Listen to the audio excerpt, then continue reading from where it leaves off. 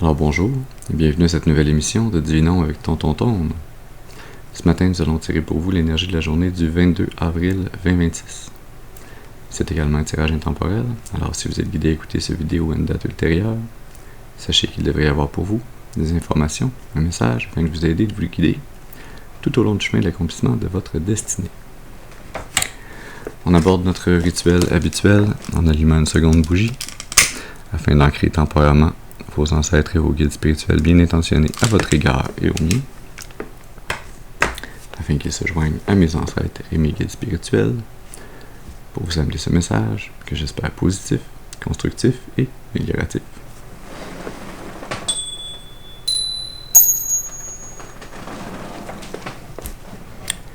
Très bien, très bien. Alors voyons voir quelle énergie, quel message on a pour vous ce matin.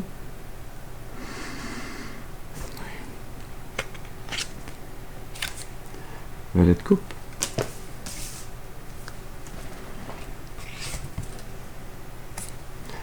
Le mental. Ouais. Le chaman.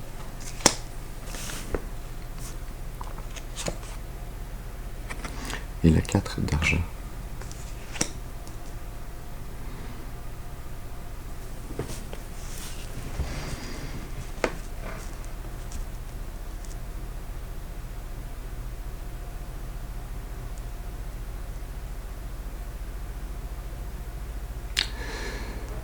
Ça a l'air lié au tirage que j'ai fait précédemment. Ça a l'air d'être l'énergie de la deuxième colonne, de la personne qui s'en venait vers la collectivité.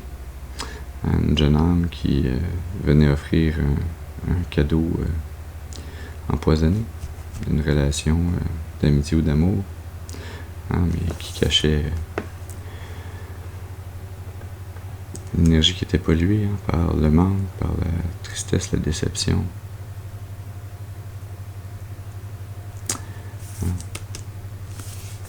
Une énergie qui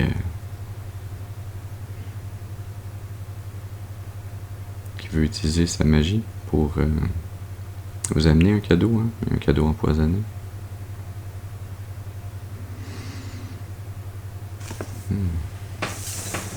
Contrairement à tantôt, je vais les laisser sortir. Donc le tarot des divinités, qu'on va utiliser en premier. Le tarot Oshozen, il y a deux cartes qui veulent pas suivre le paquet. Quelles sont-elles?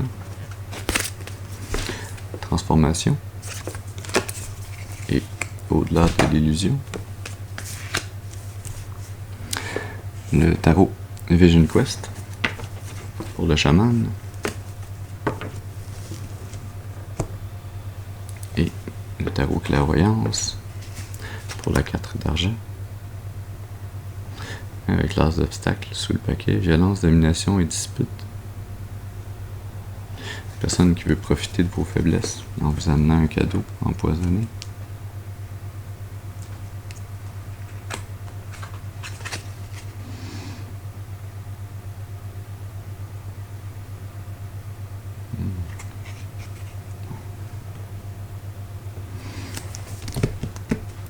Je vais les mettre comme ça. Oui, cette jeune âme, cette jeune énergie qui veut à travers ce cadeau empoisonné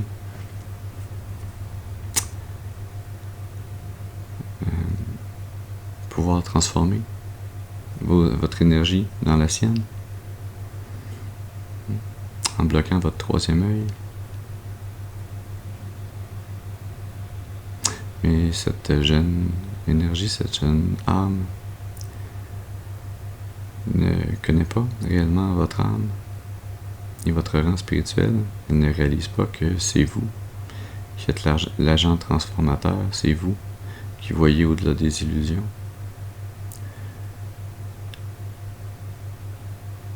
On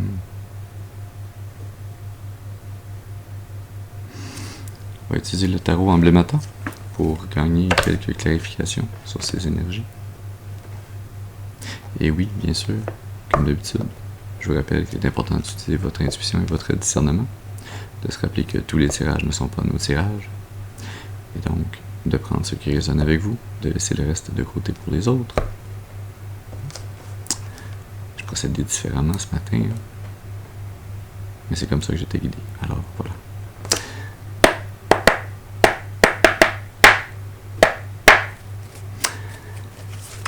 Alors, est-ce qu'on peut avoir une carte, s'il vous plaît, pour clarifier ce valet de coupe?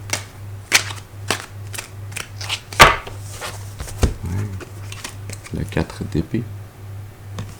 Ce valet de coupe veut non pas vous amener la paix, mais veut retrouver la paix. Veut se sentir en sécurité, et donc pour se sentir en sécurité, il brandit toutes ses épées autour de lui, autour d'elle.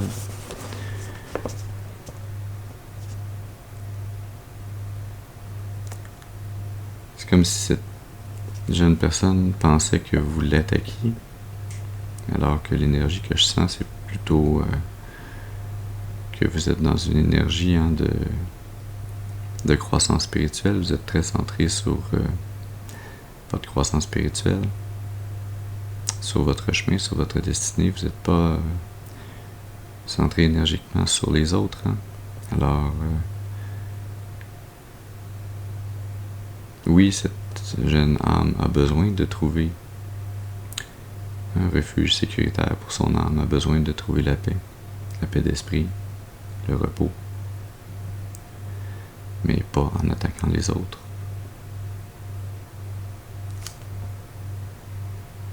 Ouais. Sous le paquet, le cavalier de bâton. Cette jeune âme est déterminée à être forte et libre, à poser les actions nécessaires avec détermination pour affirmer cette liberté, cette indépendance, cette souveraineté.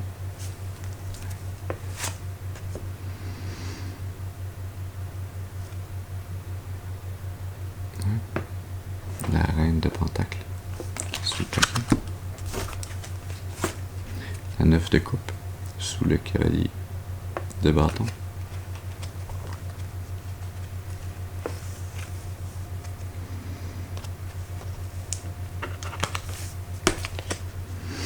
C'est un peu comme si cette jeune âme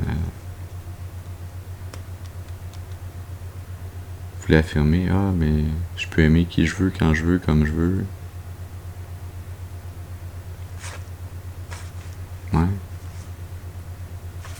Ouais, mais non. Pour faire la distinction entre amour et attachement, on peut effectivement aimer qui on veut, quand on veut, pas nécessairement comme on veut, parce que on peut pas imposer aux autres ce qu'ils ne veulent pas avoir, recevoir ou subir. Mais de toute façon, aimer, ce n'est jamais dans l'imposition. Aimer, c'est quelque chose qui se passe en vous. C'est pas quelque chose que vous donnez à l'autre.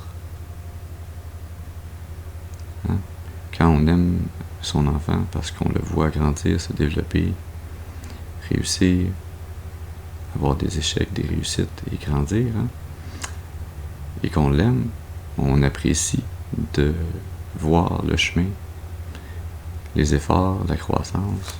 On apprécie de voir comment son âme grandit. C'est ça l'amour. Et de dire à un enfant: je suis fier de toi, ben, c'est mieux que de lui dire des niaiseries ou des méchancetés.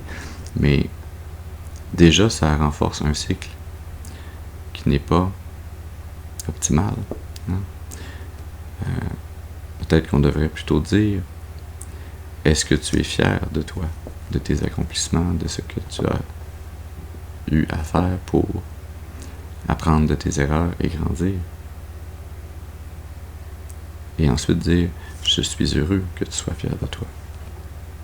Ça me fait chaud au cœur. Ça, c'est de l'amour qui n'impose pas à l'autre, qui démontre à l'autre que l'on est attentif, que cette personne a une importance à nos yeux.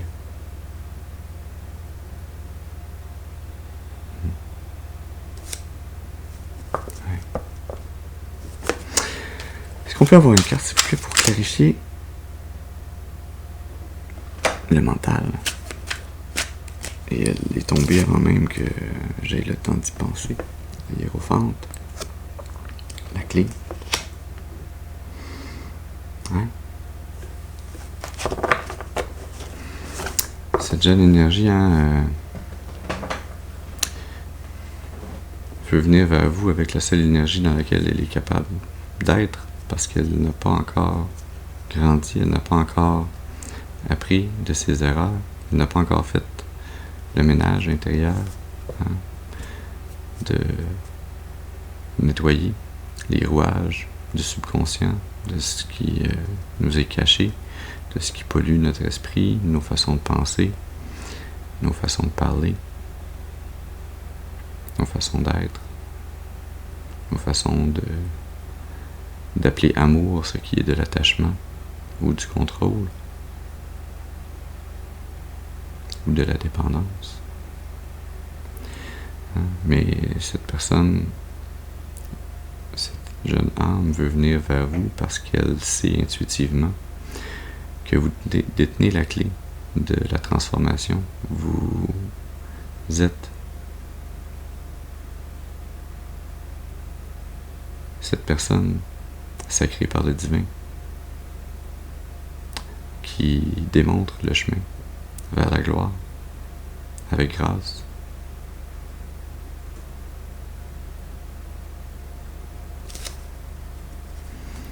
La 7 d'épée,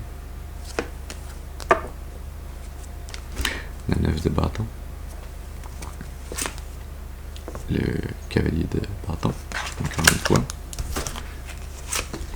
la 10 d'épée, sous la 7 d'épée.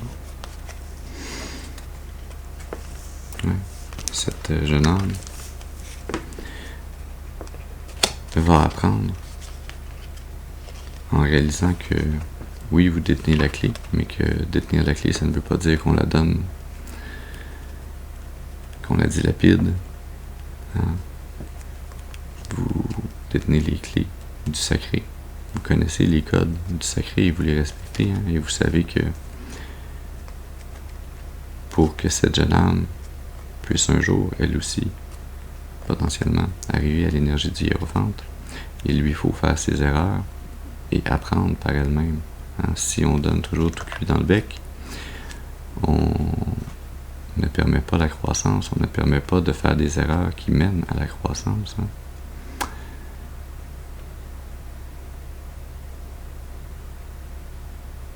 Cette jeune âme ne réalise pas la force de votre âme, de votre libre arbitre, la force du guerrier spirituel que vous êtes, la force des limites que vous imposez. Un peu sur la même thématique que l'amour, l'attachement. Quand on dit mettre nos limites, on ne met pas les limites aux autres, on les met à soi-même.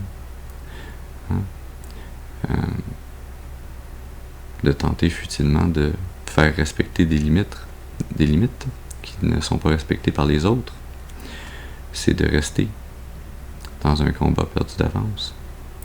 Les limites, les vraies, on se les impose à soi.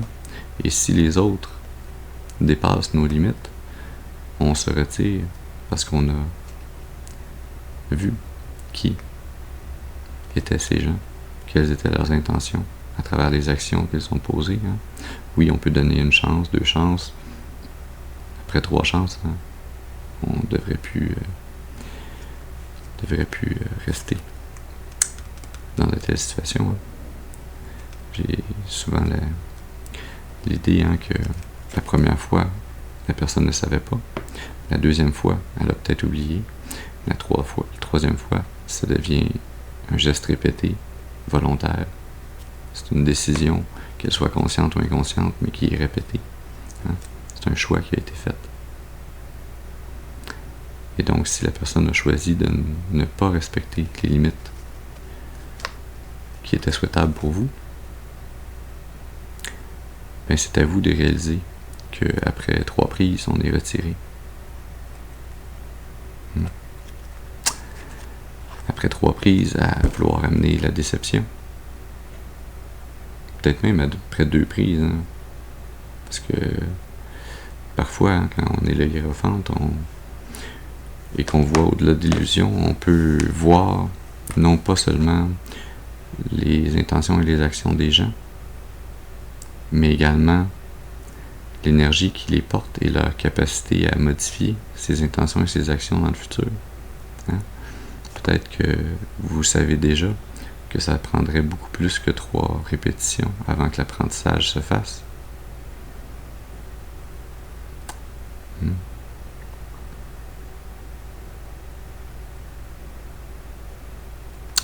Hein? La 10 d'épée. Hein? Une fin tragique à cette trahison qui tente de vous arriver. Ces tentatives de manipulation, de contrôle, de déception.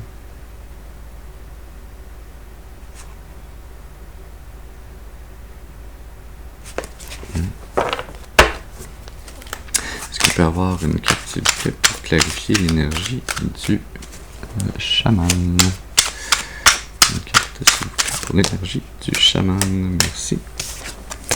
On a le valet de bâton. Oui, hein, cette jeune âme qui veut venir vers vous, hein, la main levée, avec sa magie à peine voilée, hein, en amenant une énergie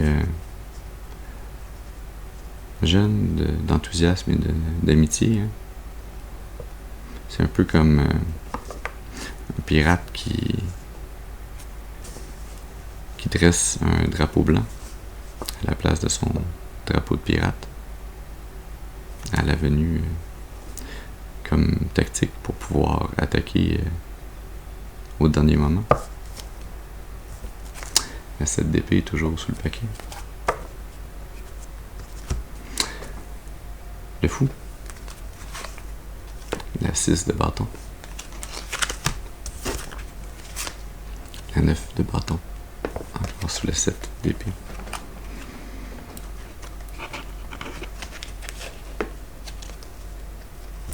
Ouais, cette énergie, hein, cette magie à peine voilée.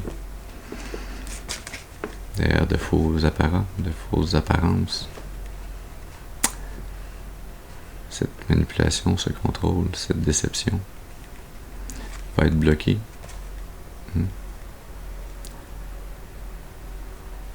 Elle ne pourra pas obtenir ce nouveau départ, cette réussite qu'elle souhaite obtenir.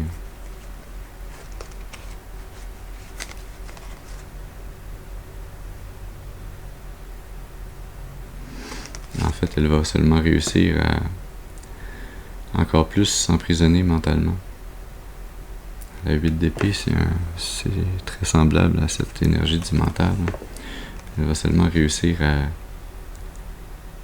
s'ancrer encore plus profondément dans ces troubles mentaux, dans cette prison de verre, dans cet aveuglement volontaire.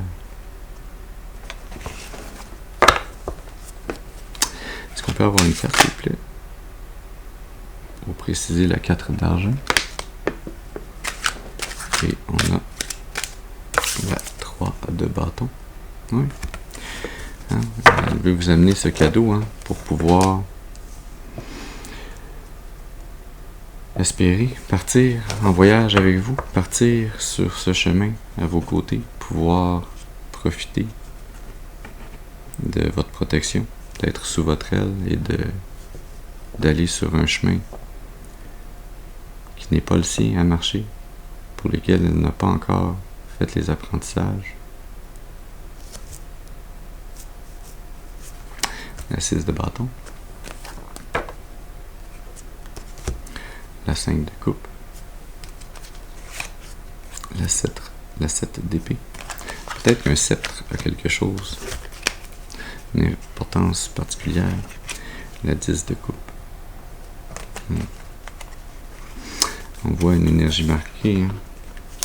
Une énergie bipartite, une énergie de cette jeune âme, hein, qui voulait vous amener mensonge, déception, ruse, manipulation, qui va se retrouver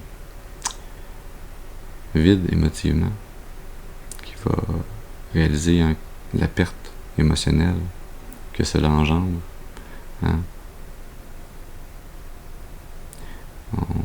On ne doit pas faire aux autres ce qu'on ne veut pas se faire faire. Et on ne peut pas maintenir quelqu'un au sol sans y rester avec lui.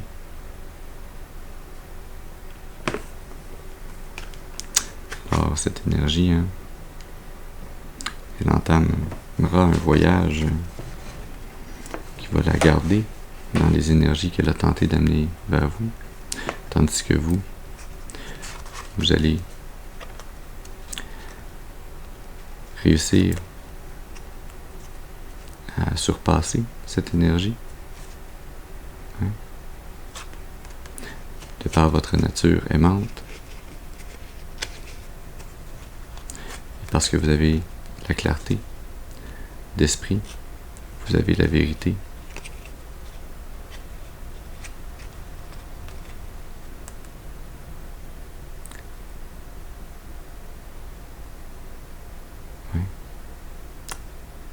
Vous êtes récompensé par le divin, par toute l'abondance dont vous avez besoin.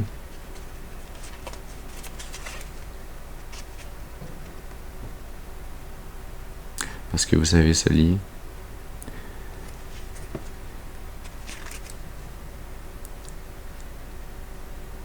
infiniment fort d'amour inconditionnel qui vous lie au divin, qui vous permet de trouver le beau, le positif, l'amour inconditionnel, partout et en toutes choses.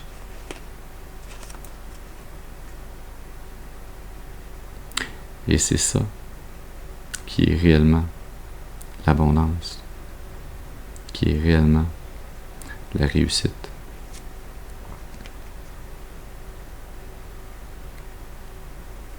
« 10-10 a peut-être une signification particulière pour vous d'ailleurs.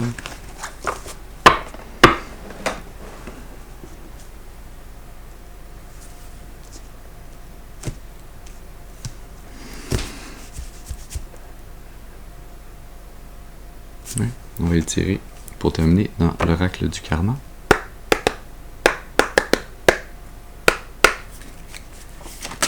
Qu'est-ce que le karma a à vous révéler ce matin? Les 3 chemins du karma.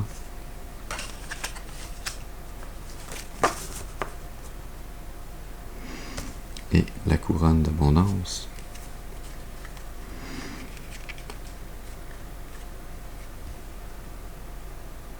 Ouais. Je sens que ces 3 chemins du karma, vous les aurez marchés dans cette vie, dans cette incarnation, pour en arriver à détenir ces clés du divin, à en arriver à être le représentant du divin. Il vous a fallu apprendre, hein, quelles étaient les règles. Il vous a fallu apprendre, grandir. Il vous a fallu marcher le chemin karmique qui vous amène dans le côté négatif ou sombre, qui vous amène dans la dépendance, l'attachement, le contrôle, la manipulation, le mensonge. Vous avez appris à retrouver un équilibre et vous vous apprêtez littéralement à vous transformer, à renaître de vos cendres,